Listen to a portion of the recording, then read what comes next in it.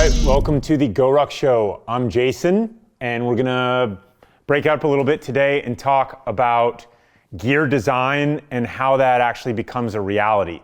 So almost everyone out there has received shipping confirmation for their GR3, which is cool. It was a little bit later than we'd hoped, but we built in a little bit of buffer into the promise that we said you'd have it by. So anyway, this is GR3. It's a big name in GORUCK speak, you know, GR1, GR2, stuff like that, and then the obvious one, GR3. So just wanted to walk through some of the, I don't know what you call them, trade-offs, or some of the design features and how we got to where we got to, how GR3 is GR3. So obviously everything started with GR1, but we're just gonna go ahead and skip ahead to GR3. You don't have to reference GR1 from time to time. But ultimately, the goal is that you have to start with your intent. And by the way, I'm not here to just talk about, you know, the narrow elements of designing or building a backpack. There's lots of experts out there that do lots of stuff, and that's great. Ultimately, there's lots more people out there who can figure out how to do stuff. I mean, I don't know how to sew. Didn't know how to sew, don't know how to sew, but have figured out how to work with some really smart people, good people, who are able to do that kind of stuff, like sew. Like SP over here, who actually, SP, come here real quick. SP's making his debut on the GORUCK Show. So if you send one of your rucks in to get repaired because you did awesome shit, SP's the ninja that fixes it, right, SP? That's right. So I just walked over, and SP was over here working on something. I'm like, hey, SP, what's going on? And he's like, oh, I'm just building myself a custom ruck for my custom event that's coming up here in what, January? Is that when we're whooping it on? Yeah, I think so, yeah. Yeah, January. So he's got all sorts of wizardry in here. I don't think most of it, you can sort of hear some of this stuff. We were talking about why there's a couple of these D-rings on the inside. You didn't really have a good answer. No, it just, sometimes you gotta try, you gotta fail a lot, right? No matter how long you've been doing this stuff. But there's some interesting stuff. There's a couple pockets on the front. That's pretty crazy. What's that for, your water bottle or something? Yep. Yeah, water bottle. That was a big thing from back in the day about where's my water bottle supposed to go. And I don't know, how about the inside of the ruck? How does that sound? You know? But other people, you know, they want, Johnny needs his water bottle, and that's the stuff that we like to focus on. So what event are we doing? The Custom Light? The Battle of the Ruck Clubs? February 3rd. Yeah. That's Bomber. Bomber, come in real quick. Bomber's fielding all your questions during this, by the way. So there he is. And we'll bring him on a little bit later. So I'm sure you want to finish that up or something, right? Yep. All right, so hey, when you send your stuff in here though, SP, this is sort of what we do. We fix your stuff. So there's lots of places out there that say, hey, there's a guarantee on our products. And so they make cheap stuff, and then you send them their cheap stuff back after you break it. And then they send you more cheap stuff. And they hope that through this war of attrition that you just stop contacting them about the cheap stuff that you keep breaking. So we kind of take the opposite approach and say, we build really awesome stuff, and if you send it to us, you would rather have it repaired because it'll be better than new, like your favorite pair of blue jeans. So we say, hey, we'll fix it in Chicks Dig Scars. So that's where the name came from. But yeah, I mean, it's also goes into this idea of filling up fewer landfills. I mean, I know that that's one of those things that, you know, it's kind of the environmental part of all this, and I'm an environmentalist as far as, you know, I want clean water and clean air and all of that kind of fun stuff. You want clean water, right? Right. Yeah, all right, cool. So, yeah, you're good. You can go get back and finish up your water bottle pockets and maybe cut out a couple of those D-rings in there so I don't have to listen to them rattle like that the whole time. But, you know, this idea of owning fewer things and doing more awesome stuff with them, that's a pretty cool concept. You know, you buy something that costs less a lot of times and it breaks faster, and then you go buy more other stuff. So anyway, we got sidetracked. Why'd we do that? So back to GR3.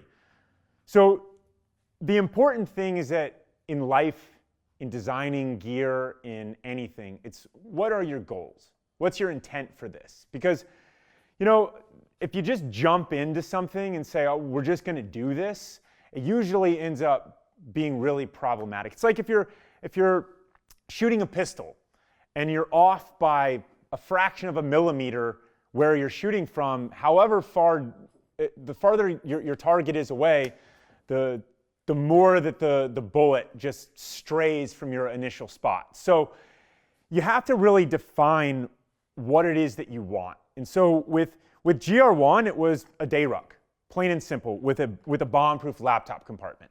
That was the goal.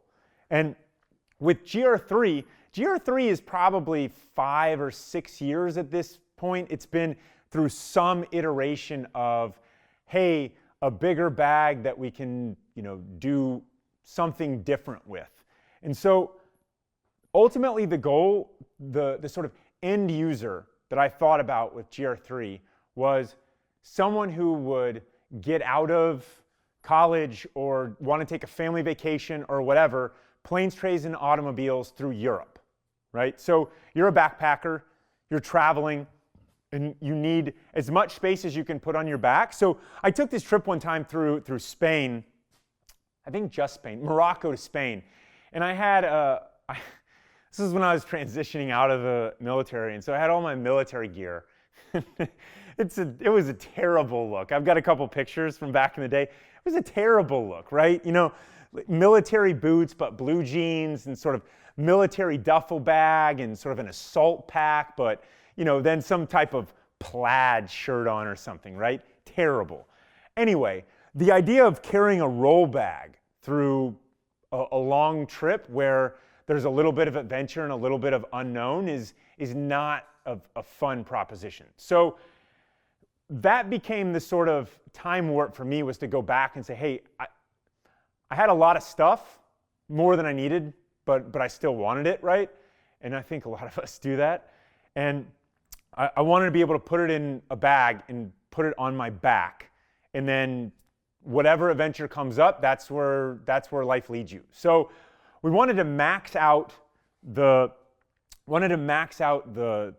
travel-on bin for carry-on gear with GR3, and then basically we built around the initial designs of GR1. So made it a little bit bigger, added some other feature sets that people have asked for over the years, compression straps, which are not necessary on GR1. GR2, it gets a little bit more debate. We say no, but GR3, because of the volume of the pack, it's just you need it to compress it down if it's not completely full. So the compression buckles. The interesting thing is, I just saw someone on the Facebook group say, hey, did you notice how there's only one review on Reddit and the only comment that's negative is, well, the compression buckles. I'm like, first off, in my head, I'm thinking, yeah, we've been saying this for a long time, right? You don't really, compression buckles are one of those features that everyone sells you, and you say, oh, it's got compression buckles, that's great, right? It's sort of like how they say, hey, you can run the headphone jack to your iPod or your iPhone, and it goes through your backpack. Now think about that. You're going to put it in your backpack, and you're going to wear your headphones. No. When you take it off or put it down, it rips, it breaks. That's not how this is supposed to work, but they put sort of neon flashing lights that sell you on all of these features that they have. With GR3, the need for the compression buckles is absolute. It's too big of a bag not to have them, with too much volume in one compartment. So they're necessary. What I found is when they're all buckled up, and these are really badass compression buckles too. I mean, they're not sort of meant to fail or break if you bend them 2% the wrong direction like a lot of them will. You just sort of snap them with your fingers and oops, it broke, right? These are not like that. They're burly and tough. But as with all of our rucks, you get used to operating out of the top of it. So, while the compression buckles are secure, you're operating out of the top of it.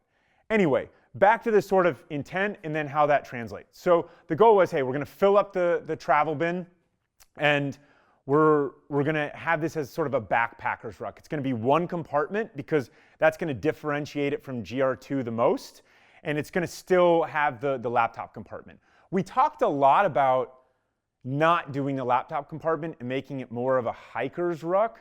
But the hiker's ruck market, it's also really crowded, and that really implies stays. So some type of metal stays inside of the ruck, and we just didn't want to get into that yet. I'm not saying that'll never happen. It probably will along the line, but that's a whole different type of design and everything. So anyway, once you sort of establish what the intent is and how you're going to use it, then it turns into sketches. So understand what the problem is, that's step one.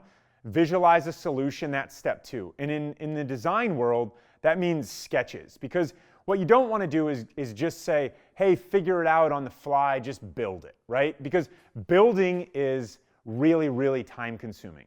So you focus on the sketches, and this was Spencer and I out in Bozeman, Montana. We've worked together for a long time on stuff like this. And so the sketches went back and forth, and there's just series of them, and you have to actually give some thought to all of the feature sets. You want compression buckles? Okay, do you want one or two? You want side handles? Okay, do you want it on one side or both sides? Okay, do you want, shoulder straps? Should they be the same as GR1? Should they be slightly different? The back panel, it's got to be a little bit longer. The laptop compartment, we said, okay, we want that. We eventually decided on that. So we're sort of building around that, and in the sketch phase, all that's pretty easy. The part that got the hardest was with the addition of the padded hip belt. So there's a lot of bags out there. They're sort of lime green, and they have straps hanging all over them, and they basically say, hey, I'm a soft target. Come in, I've got good stuff to steal, right? You just see that stuff, and you say, hey, lots of stuff to steal in there. They're a tourist, whatever, right? So it also just gets burly and cumbersome having too much stuff if you don't need it. So the addition of the padded hip belt was one of those ones that saw a lot of R&D attached to it, meaning we had thoughts on how to do it, but Spencer had to actually work through that one a lot. So ultimately, we created this removable padded hip belt that would let you, if you really want it, if you want to go hike, which is also known as rucking in the mountains, then you can attach it and it will help disperse the load around your hips. But if you don't, then there's a couple of, it's not Velcro, it's like elastic style, I don't know what you call them. They're the retention things in the bottom of the ruck where you can store your removable padded hip belt. When you've got it on though, it slides into the bottom, and it looks more as a profile like you would expect from a hiking ruck, where there's the integrated padded hip belt. So that was the new area that took a lot of time, and this one was down there making sure that there weren't weak points and that it actually transferred the load. Whereas if you go back to GR1, the time spent that was significant, the most significant, was on the laptop compartment. So making sure that the zipper would work really, really well to open and close. So this one was a little bit different. The challenge is there. I mean, I'm looking at this prototype, which was the last prototype, and it says, GR3 version 8 from July 30th of this year. So, that's once it was already called GR3. There were lots of other names for this from years past that we just discarded. And so, the world judges you on what you do that it knows, right? So nobody knows what you don't do. And if you get into this big rush to say, hey, I'm just going to throw whatever we got out there because we hope it's done and we're just going to let the world figure it out for us, that's a really bad recipe for anything. So that's a recipe for disaster. So for us, it's understand the problem, this is what we want. Visualize a solution, that means sketches, right? So sketches are, the back and forths of this is what we want it to look like, these are the features we want, and as importantly or more importantly, these are the features that we don't want. So then it turns into the step 3, which is over-communicate, right? By the way, these are the same leadership decision-making principles that we teach at Charming the Snake and the GORUCK Challenge, and that we give in leadership talks, sort of based upon military decision-making process and all that stuff. It applies to all the facets of your life.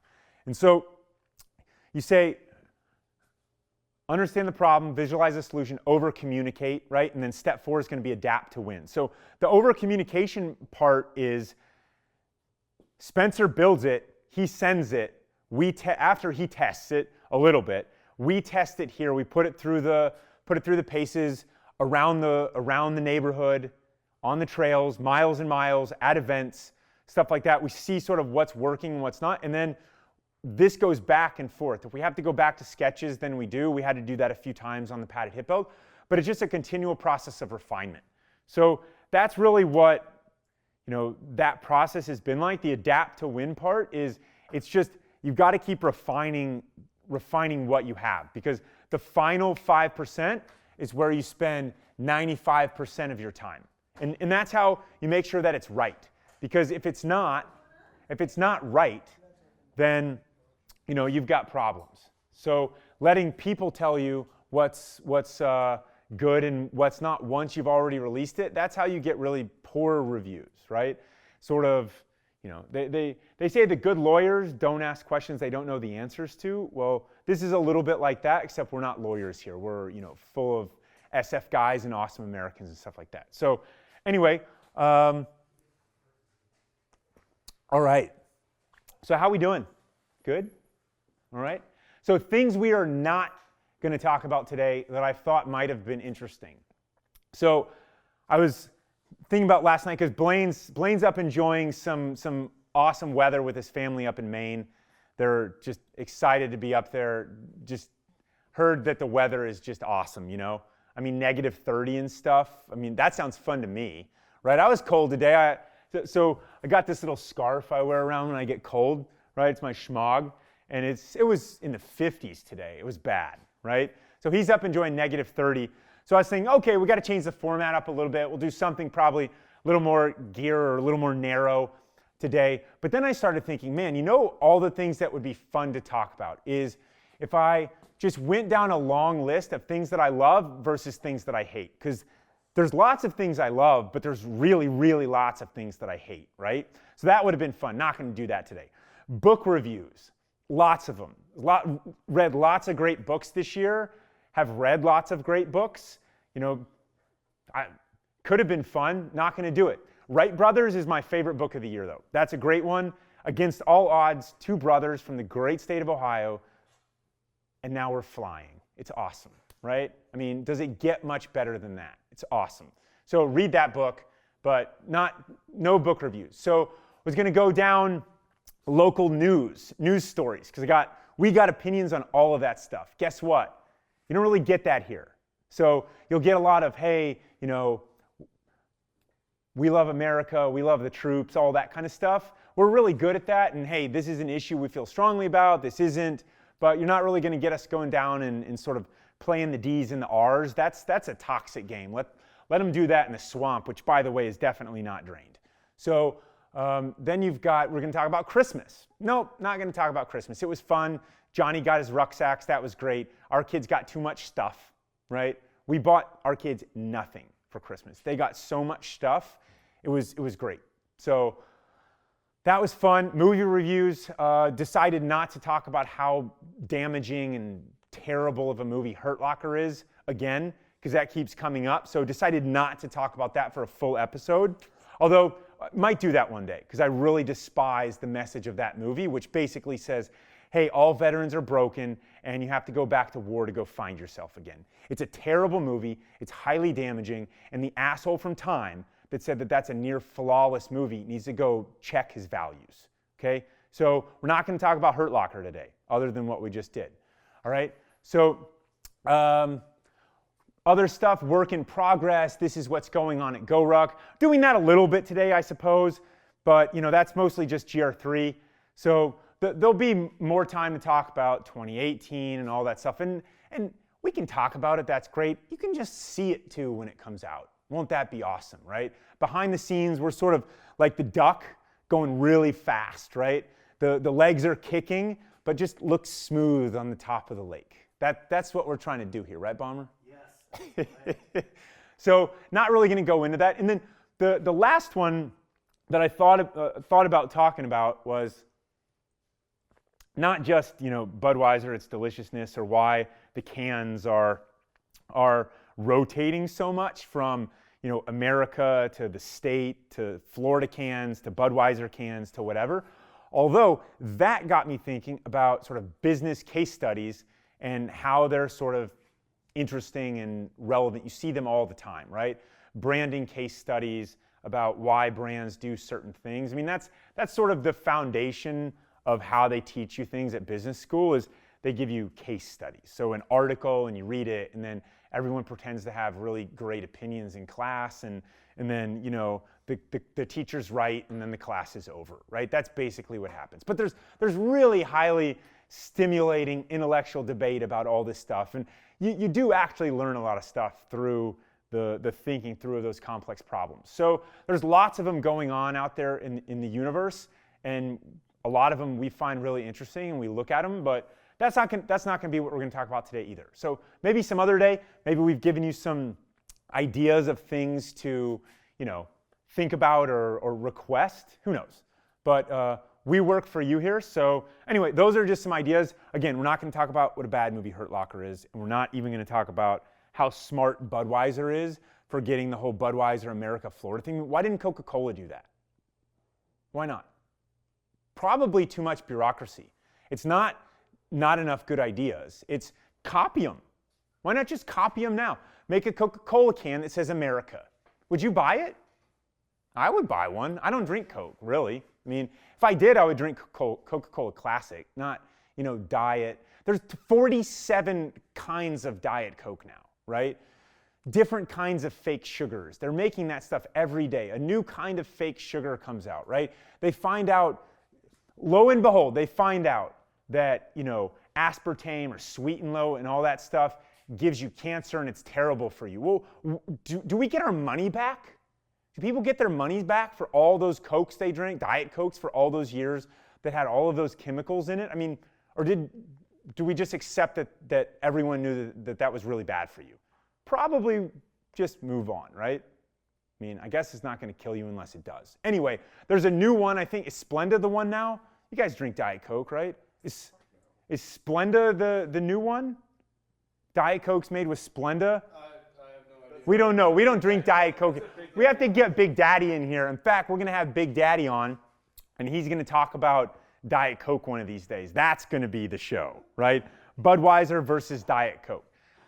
So anyway, we're not really going to go into great detail on all those. There's probably lots of interesting stuff out there. You just might need some smarter people to talk about it. I don't know. We could probably do it entertaining style, but maybe for another day. So, okay.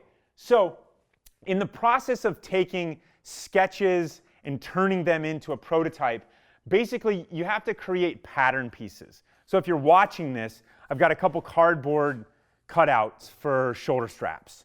Okay? They roughly look exactly like half of a shoulder strap's worth of material.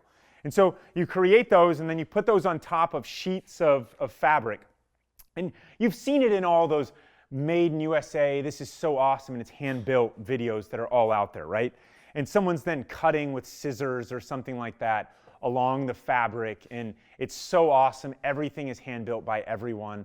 Just ask everyone that makes all of those videos, right? So then you trace all of those pattern pieces, and what you find out is that there's a lot of components that go into anything. So, in terms of is building, designing, all those things, anything, is it more art or more science? It's basically math. I mean, it's geometry, and then it sort of turns into construction techniques to how you sew them all together. So if one piece is sewn to another piece, then those are two pattern pieces, and you have to sew them together, and then you have to, in 3 dimensions, sew lots of different pieces together. So it's a lot harder than you think. At least it was a lot harder than I thought. I sort of grew up with my desk at work is my grandmother's old sewing table from her basement in Dayton, Ohio. And so that's what I grew up with. I would tear a hole in my jeans, and she would sew my jeans up. And, I sort of saw sewing as kind of relatively easy. 2 things, sew them together. And when you start working with with burlier materials, it's harder. When you're trying to construct things in 3 dimensions instead of really 2, sewing just 2 things together, it just gets significantly harder. So, when you line up and you stack up, so one of the guys here, if you're watching this, here's a whole bunch of components to probably another custom ruck that someone's building, Joey Block Party looking at you, out of red. So I think it's a GR1 21 liter out of red. And there's a lot of components that go into it. We're printing out awesome right now. There you go. So there's a lot of components that go into it, and then you have to get it right. If you mess something up, you don't sort of get to start over. It's kind of like it's not like you're working on something that you can just have a take back. It's not graphic design. You're building it with your hands. So it's hard work to do. Anyway, Bomber, what do you got so far? People won't know about a custom workshop. When do you think that'll happen? Custom workshop. Oh yeah. So I saw a bunch of notes. First off, a custom one-off built ruck is probably not going to happen anytime soon. Now, never say never, right? But that's probably not going to happen. So what we did with GR3 was we came up with 4 styles, with and without handles, with and without molly, stuff like that. And we said, okay, you guys get to pick, because this is the first one. The first time we're doing it, we're happy to build different versions of it. So, I traded a couple notes, and I really enjoy the Reddit thread, and I really enjoy the Tough Group. Those are my 2 main places where I spend time on social media, and I found them to be very different. Everybody knows everybody-ish on the Tough Group. I mean, your name is, attached to whatever picture you choose, but you can sort of figure out who people are more easily. So there's some accountability there, not that some people like pushing the envelope with the accountability in sort of weird and interesting ways. Love you guys. But and then on Reddit, it's a little bit more it is more anonymous, but it kind of goes a little bit deeper into gear dork stuff. So, one of the guys on Reddit was talking about what do we got? GR3s are coming in. GR3s are coming in. Lee's GR3.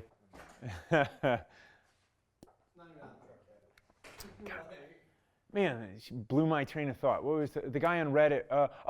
We were talking about, this was also kind of dovetailing into the business case study stuff about how, what's the value of a pre-sale? And so I think he was a he, but he was talking about Apple and how Apple does a lot of pre-sales for its new upcoming phone and all that stuff. Now, there's 2 reasons to do a pre-sale.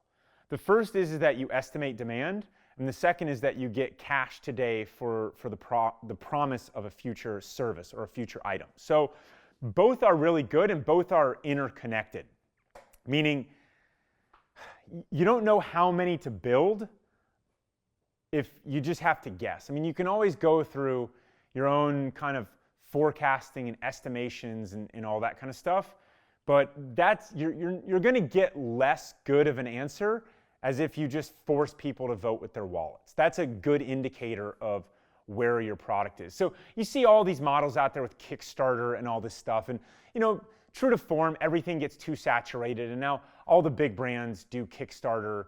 Not all the big brands, lots of big brands do Kickstarter because it's more of a marketing platform than anything else. It lets them, be hip and cool or something. I don't know. But there's a lot of brands out there, and the biggest reason why places use Kickstarter is because they have no money. They have no money, and they need money in order to fund their first run of items, which if it's a brand in its infancy, as a brand that's been in its infancy almost, about 10 years ago, that's a risky proposition because they don't know who they're working with. They don't know their designers or their builders, their suppliers. They've got to sort of figure it out on the fly once they understand what demand is, and then they've got to go out and source someone and hope that they can figure out a way to get the quality right. That's risky, right? So from the standpoint of this guy on Reddit though was saying how, GORUCK should never do a pre-sale, and Apple does them, but he never wants to buy anything from Apple because they do pre-sales and all this stuff. And it's not a trustworthy business model or whatever. I mean, I would just say it's a reality, and it's not going anywhere.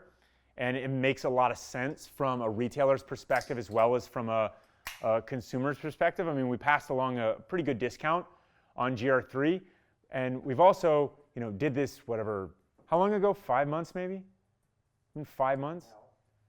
So about 5 months ago. So you got a discount, and trust me, if you would not have been able to you go put your money in a savings account or something, it would not have accrued enough money to get to the full price of the ruck. So there's some discount even with the time value money factored in. That's a good discount. It works both ways. So that's why places do it. That's why we have to do it. I mean, I had no idea what demand was going to be, and I also had no idea, and I was really surprised about the product breakdown that almost everybody wanted Molly plus side handles, and we upcharged for those. And part of the reason why we did it was, well, two main reasons. First off, if you add anything onto a product, it's more labor, so there's more cost. And the second off is that we wanted to sort of gauge true demand, because a lot of times people will buy off of features, not even wanting them, but we'll just assume that more is more. And so, I want more because there's more features on it. And that's not really a true estimation of demand. If you force people to vote with their wallet a little bit, then you say, okay, people are willing to pay more for this feature.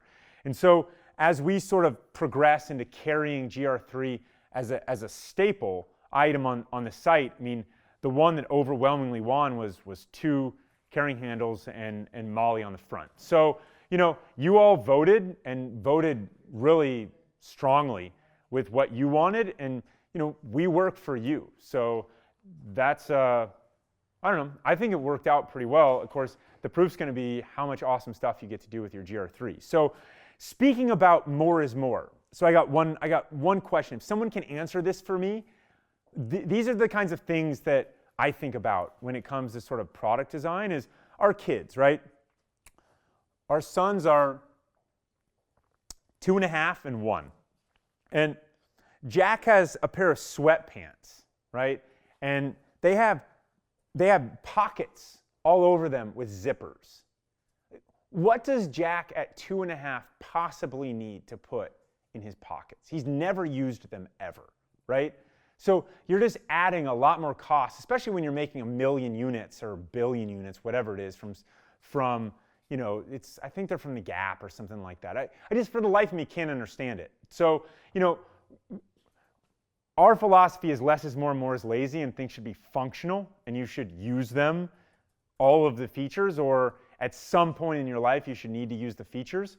So, it's just stuff like that. I just don't understand why infant clothing has pockets on them. It makes no sense whatsoever. And so, in terms of GR3 and all of our stuff, we try to remove features, not add to them. But yeah, workshop was good. I think that was the question. What else, Bomber? Modular storage for the GR3 and future colors for the GR3. Good, you don't have to shout, you're mic'd up. Did it die? Yeah, no, you're already mic'd up. So you can just talk normal. Just come here. Okay. Put your computer right here. It's going to be awesome. Do you have a beer or no beer? Look at this. Time delay. In reality, I'm watching. There you are. Now you're on the screen. Life is all is good. You've got your Gucci $900 From oil field. Gainesville beer. Well, that's awesome. From Rob Peaty. Modular storage for the GR3, and what are the future colors? So we haven't really talked about future colors yet. I mean, I don't know. Might pre-sell it. Who knows? But for now, it's black. I mean, there's 4 different kinds. And what we see over time is about 70% of the rucks that we sell are black. So, I mean, for years and years, black was the only color-ish, except for this small run of 50 Coyote rucks that I still see from time to time. But, it was almost all black. And modular storage, I mean, I guess that means through Moly or through Velcro or stuff. I mean, so the other big design consideration that we had to really think through was the interior, because it's a lot larger space in the sort of standard, what do you call the thing inside the ruck where you put the sheath pocket? We call it the sheath pocket, but the sheath pocket on the magazine pocket, whatever, book pocket, whatever you want to call it, on the inside of the main compartment of the ruck. This ruck was just too big for that. It just sort of felt like soup a bit. And so, the Velcro inside, I mean, I already saw someone post a picture with the inside of their ruck covered with patches. That's awesome. We totally thought about that. And then, the second part of it is that there's a whole modular system that we can show you. We just haven't quite done it yet. How you can rig the inside of your ruck with Velcro-friendly modular pouches. So, we've done this a little bit on the firearms stuff, but I'm not talking about firearms exclusively, although you certainly can do this and you can carry a lot larger rifles and a lot more stuff on the Velcro compartment on the interior with this one, just because it's bigger. But there's a lot of other ones, GR1 field pocket with Velcro backing, stuff like that, that'll fit in here really comfortably. When I went hiking up in, which is rucking in the mountains, by the way, in Montana, I had the full set of the field pockets with the Velcro backing, and I sort of used them. And what I found is that when I got to the top, and then we drank all the beer at the top, which I'd rucked up, that I wanted to sort of change the configuration pretty easily. The downside of Moly is that once you put it in there, the last thing you want to do is reconfigure it. It's really just difficult to work with, but it's really secure. So there's all sorts of trade-offs about different things, and that's the downside to Moly, is that it's really tough to work with. So once it's in there and you've got your system, you want to keep it.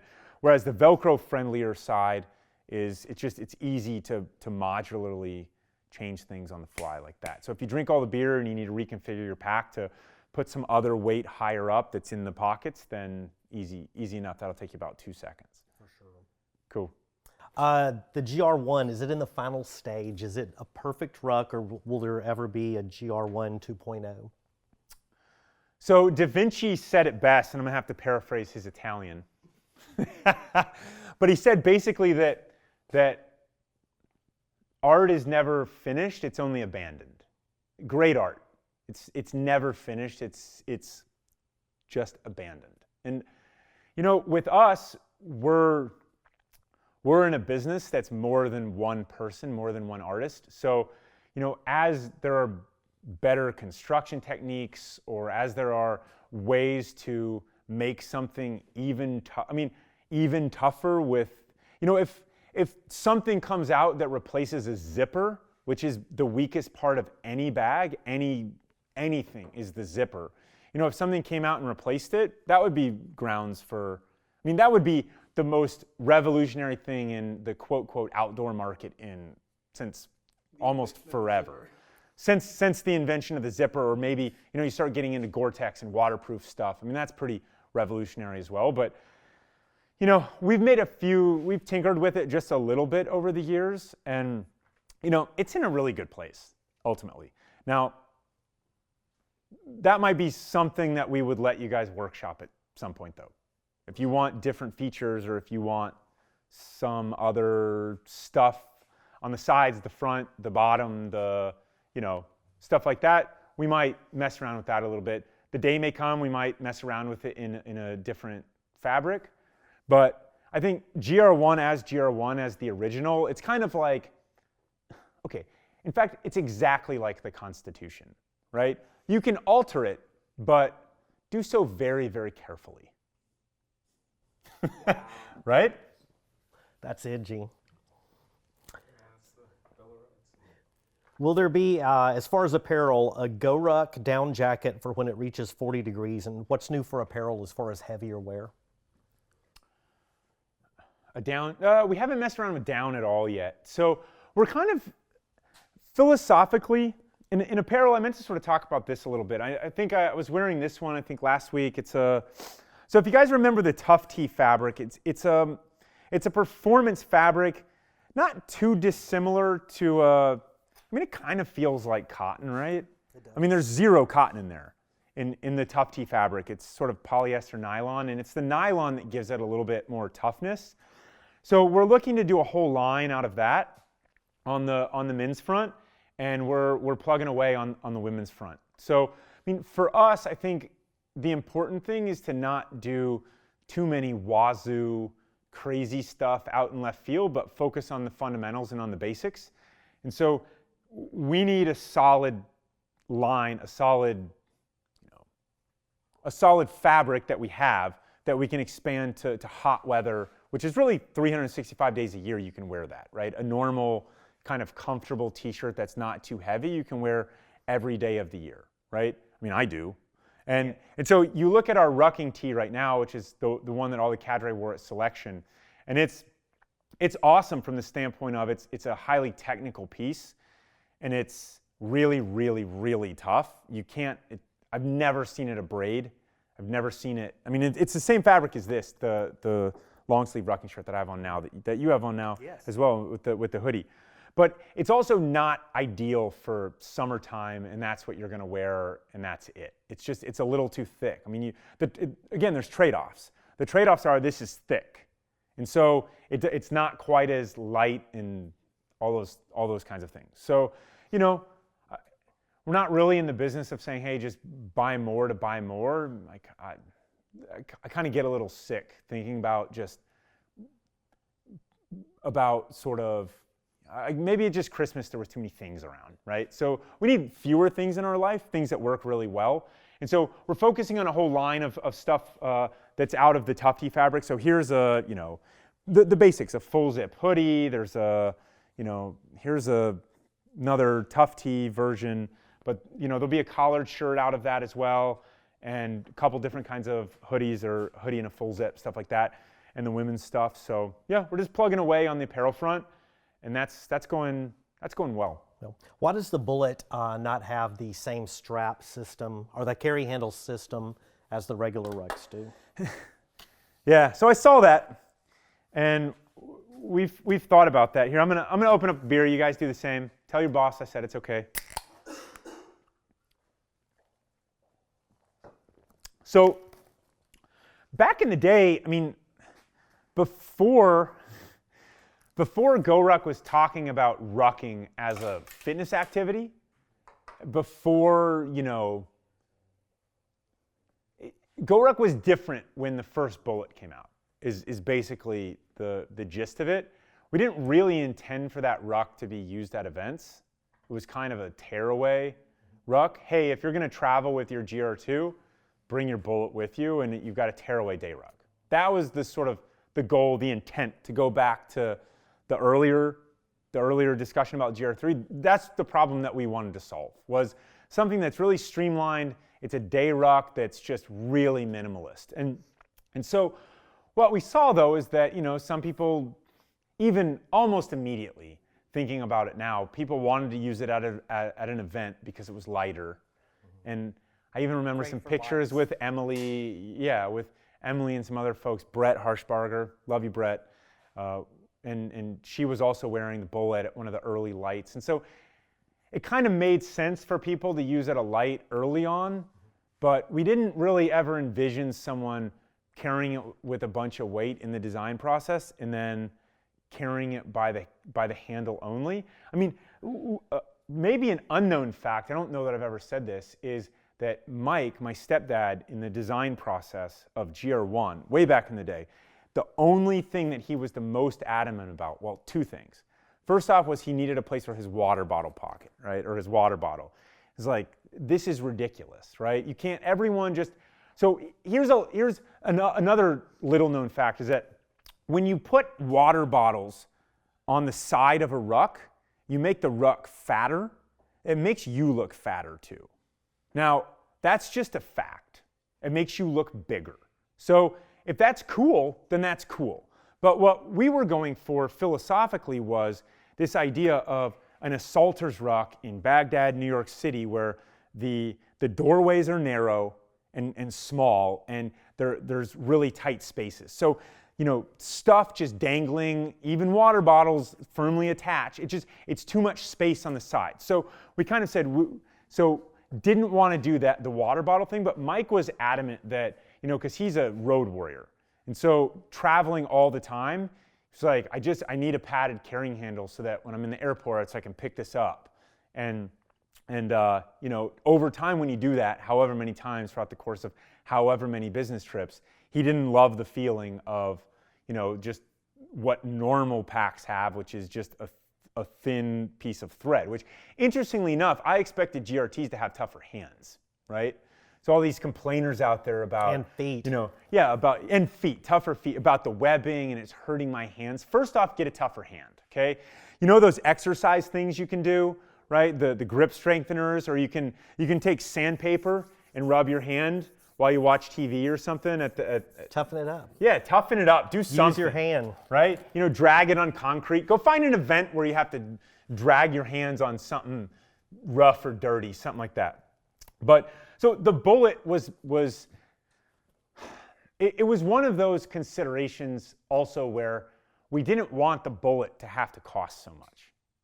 And so, everyone wants everything to be up here, but what are people willing to pay for? And we wanted to sort of segment out. We've gotten a lot more comfortable over the years just saying this is a valuable thing and we believe that this needs to have this feature and this is what it costs. And we've gotten more confident doing that over the years. And so I wouldn't be surprised to see the bullet get a sort of a revamp and upgrade. We'll take into consideration some of your comments. I want to share, we have a new version of Tiger Stripe in. Gosh, I can't wait. I hope I don't, if I cut it, we can get ISP to fix it.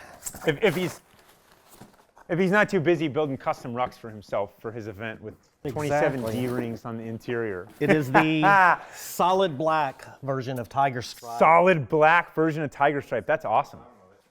Oh, yeah. A flat, well, let me get that on there. It's beautiful. That's awesome. Yep. Yeah. So for all you Tiger Stripe, all shapes and sizes. all the and fans. colors. And this one we've touched on before, Jason. People ask, and I see it every once in a while, about backside ventilation. I like when you talk about it because you're as passionate about movies. The Hurt Locker as you are about that. Backside ventilation. Deeper grooves. Yeah, he said it's especially rough when he's carrying a large load. Mm-hmm. What, you sweat? Like that's your body being more efficient, right? I mean, isn't that the goal? Do you want to get out there and sweat? I mean, it's awesome. Do we need more? More I on think an that's answer? it. Or okay, the longer answer is that if you're not going to have a back panel, then you have to have sort of aluminum stays, and before you know it, it's lime green with 57 straps all over it, and you've got to adjust the shoulder straps for 12 minutes, but you never do it, right? It just sort of comes how it comes, and there's just, everywhere you walk, there's straps because the construction is so complicated, and the cost goes way, way, way, way, way up. I mean, there are a few places out there that build rucks in America that have that kind of features, mostly hunting packs, and you'll notice they're significantly more expensive than our stuff is. And the reason why is when you start getting into that stuff, it's really expensive, and it also doesn't really fit the theme of Baghdad, New York City. I mean, we're not talking about quartering an elk on a mountain in Montana and carrying it down at 150 pounds. So, I mean, the stress points will be fine at whatever you're going to carry our rucks at, and I do understand that in an ideal world that there would be ventilation that flows between the rucksack and your back. However, you also want the weight as close to your back as possible. So it's one of those things where you kind of can't have everything. Whoa, what are you drinking, Bomber? Something new? Oh, That's I thought from that was one of Gainesville. the. No, I thought that was one of those. Have you seen Le Croix or Le Croix? What's it called? I don't drink that. I don't know what you call it, right? But there's this other one that's come out. Apparently people like that garbage trash drink, right? Mike Inchko. It's disgusting, okay? It's disgusting. And And there's this new one that's come out. I think it's Polar or something. I'm like, anything that's just not LaCroix. Sounds I like mean, something what officer kind of a would name drink. is that? Yeah, some officer or something came up with that. Anyway, so look, it's what we were talking about earlier. There's always trade-offs, and so if we said, okay, we can make some modifications or come up with a completely new ruck and it's got all this ventilation, the unintended consequences would be that the weight would rest differently and it would be more for a lighter weight hiking pack, and that's sort of not the market that we're in. We want something that's really, really tough, that's really, really adaptable to the environment, that's also really good for rucking. Belts and dog collars. Belts for people, not dogs. To clarify. Belts for people. Okay, because I went sideways there for a second. Yeah, belts has been on my list. I don't really have the perfect buckle that I've seen. I haven't looked really hard, and I haven't asked anybody really all that much. But I've seen a lot of the sort of tactical belts, and then I've seen the sort of tactical belts, and they sort of knock off the tactical belts, and it's sort of the belt market feels a little incestuous to me right now. But I'm not really I'm not wearing a belt right now. That said, if you're going to go to a firearms class or something, you should absolutely have a belt. I think we owe a belt. We build pants. They're pretty I see awesome. a lot of folks wearing the Riggers belt. Yeah, I see that. There's some streamlining that needs to happen to the Riggers belt. I always found the buckle on the Riggers belt just a little bit too complex. And so, then you start getting into the dirty details of all of this stuff, which is, you only have existing hardware that's out there unless you want to sort of custom build your own. And if you want to custom build your own, you probably got to order 10,000 units. So, and a good piece of hardware is expensive. So you start to say, how many belts can you actually sell? And, it's not, if you create something that's great, you can sell a lot of them. You just got to own it. And that's one of the early lessons of GR1 is, you just got to own it and talk about, hey, here's the features, this is why we did it, and then show how you've proven it and let people prove it themselves, and it'll work. But belts are kind of a tricky thing. I think there's probably fine belts out there now, and they'll work okay. We haven't really given real thought to how to make enough of an improvement to say, hey, here you go, this is our take. Dog collars. I know collars. Ripley has put the dog leash through the paces for over a year now, and it's still hanging in there. Yeah, so we've made some dog leashes out of the same webbing that's on the Molly webbing on the rucksacks. And Monster tries to tear through that thing, and he's not successfur we just haven't really focused on it all that much. It's a nice product. We built it for ourselves, and it's not something that we're not known as a dog company. Monster actually has a GORUCK leash as well. It's sort of the sizing of dog collars is harder than with a ruck or with a leash even, because it's what size dog do you have and what size is their neck, and you've got to measure it, and then you buy it, and then it's the wrong size, and then you return it. And once you return it, like we're not only not going to make money, we're going to lose money. So you've got to really make sure that you spend enough time and effort and energy to get that system right. And we just haven't done that because there's not enough of an upside for us yet. And there's been other big projects to work on, like GR3. James Montgomery said coconut water is the worst thing ever. No, I would rather drink coconut water than LaCroix. Andrew Handley, thank you for saying I Andrew look Handley, sexy. thank you for that picture in front of your Christmas tree. Really appreciate that. He said I look sexy. Yeah, as someone said, please God, put the padded hip belt on next time. Wearing the Speedos in front of your Christmas tree. Come on, man. Anything new for packing cubes and pouches, or will they stay the same? Packing cubes and pouches. So we've kind of got enough of them in the repertoire. We actually have 2 other kinds of packing cubes. You guys have had a pretty high appetite for them, so we might build some more. I mean, you gotta so here's the thing though. When something first comes out, a lot of times people will buy it and use it, and that's great.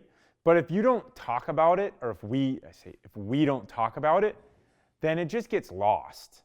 And so, then the initial demand curve is not the sustained demand curve. And so we're known as a rucksack company, a backpack company. And so, rucks and backpacks, that's cool. People will check them out with more enthusiasm than they would some other things. Now, we fought really hard to also become known for apparel. And we're not with apparel where we are with rucksacks, but we've had rucksacks for a lot longer. And so, it's just one of those things where we gotta fight really hard to take over these segments. It's not as simple as, hey, this is just a better piece of gear. I mean, our dog leashes are awesome. I mean, the idea of carrying one of those, I think we actually hung it up in the rafters, or it's somewhere, and just wrote on it, this leash sucks, The big one in the box, and it's the retract-a-leash. I mean, it's your grandmother's dog leash, right? I mean, and you can full grip it, and it's just sort of, there's nothing cool about it. Like, when your dog's off the leash, which hopefully they are often, what do you do with it? You just hold it. It looks terrible, So ours are great, but we don't talk about dog leashes that much because, it's just one of those things where there's lots of other things to talk about. So you got to sort of stay on message. We're also known for rucking events, but that's sort of a different thing altogether. Does GORUCK HQ morale go up in the winter since Bomber is more likely to be clothed? I don't know, Bomber, you take this one. I don't like him. I'm going to take him off the tough page. Yeah, do it. Will there ever be a ballistic plate carrier system for the GORUCK bags? Ballistic plate carrier system. What do you think that means exactly? I think that means like a bulletproof little thing you stick up in there. Yeah, so I think the system would be to just get a ballistic plate and put it in the laptop compartment of a GR1. So the trick becomes what are the dimensions? And the problem with most plates out there, and first off, plates are getting lighter. Really good plates they're getting lighter, and they might not have the same longevity or durability. Maybe they do. I don't know. I haven't seen the sort of Pepsi challenge with them versus the others, but the size is usually really small. So I remember, my plates, they sort of cover your vitals, but not too much more, right? And so the rucks having a larger space in that laptop compartment, ruck plate compartment, you could put a bigger one in there and it would work just fine. It sort of goes back to the system, the same thing with the dog collars, is you got to actually have a measurement system that you can clearly explain. You have this ruck, get this one. You have this ruck, get this one, because those sizes are all different. And then if we were going to partner with somebody and create those, and we know places that build it, we would like to do it. We just haven't yet. They've got to create a mold for each one, and then they've got to build it, and then they've got to stock it in those sizes. And that stuff just gets, it just gets to be a lot of inventory. And so if you do that, then you have to talk about it a lot more. And that's just not been part of the machine that we've gone with yet. But it's one of those things where I would see firearms as firearms gear and modular Velcro gear and all that stuff getting more important as opposed to less. So, you can expect more firearms stuff here almost right after the first of the new year, or early January, something like that. A few folks have asked for firearms gear for the GR3 that have like 16-inch barrels and AR that they can break down. That won't fit into the other firearm systems. Yeah, it just sort of turns into the Velcro retention systems and stuff like that, which they might not be on the site yet, but I think they're really, really close. So we ordered a bunch of firearms gear, and the plan is to sort of treat that stuff like staples on the site as opposed to always in and out of stock. And, but we reduced the number of SKUs significantly. So, there's not pouches that are 3 centimeters or 1 cubic inch difference in volume size or whatever. There's just one, right? And say, hey, use this one. This is how you use it. So it's meant to be simpler. So we owe you guys some explanation on what we have and how you can use it. When will the GR3s be available to the general public on the site?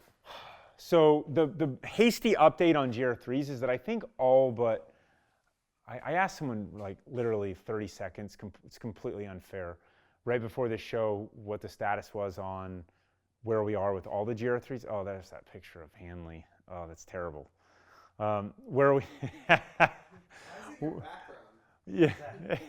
I asked someone where we were with the GR3s. I think we're at something like only 40 haven't shipped yet or something for various address reasons or something along those lines. Don't quote me exactly on that, but it's something along those lines.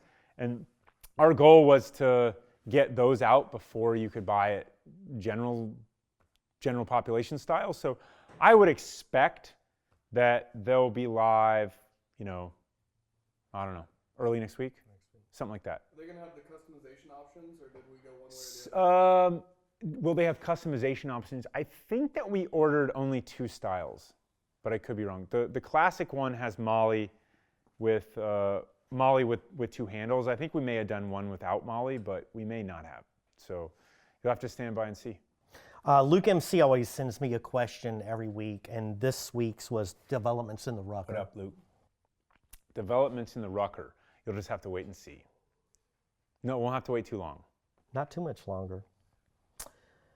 Cool. How are we doing? I think we're looking pretty good. Yeah. I saw one question that's probably worth it. Yeah. Meat's got a question. How many cans of beer will fit in a GR3? All of the cans of beer will fit in a GR3. I did answer and said a shit ton, but I put that it was my name so they wouldn't think it was GORUCK responding. It's a lot. Blayne and I are going to hike in the Grand Canyon next week, I think, or the week after. I can't remember. And I have appointed myself as the one with the GR3 because we're going to take some pictures and do sort of a Carry all the beer. Yeah, I'll carry all the beer. So I'll let you guys know. Okay, one last. Rebecca Stanton has posted several times about a purple GR1. Would you care to touch on the? We don't even have purple Cordura, so a purple GR1. I mean, we have the old kids ruck Cordura, which is fuchsia-ish. Sold out of sand GR1s yet? Yeah, diet. Because people turn those purple all the time. Yeah. Oh yeah, the sand ruck. So if you want a purple GR1, it's easy. Get a sand GR1 and dye it purple. Red dye, hot water, boil it. Yeah. So seriously, I mean, that's a really good call. I've seen that throughout the years, and it's really cool to sit back and from the beginning we wanted you to take the gear and make it yours, and not just customize it so it looks a certain way or that it's different just for the sake of being different, but also so that you would use it how you wanted to use it. And so it's cool to see people do all sorts of different stuff, attachments, or I see some custom sew jobs, I see some dyeing of the rucks. It's great. So it's really cool to see what you guys come up with. So on this one, you can get a sand ruck and dye it. It's awesome. Cool. What else? That's Seems all the good? cool questions. That's all the cool questions, kids. So we will see you next week, same time, same place. Bye, y'all.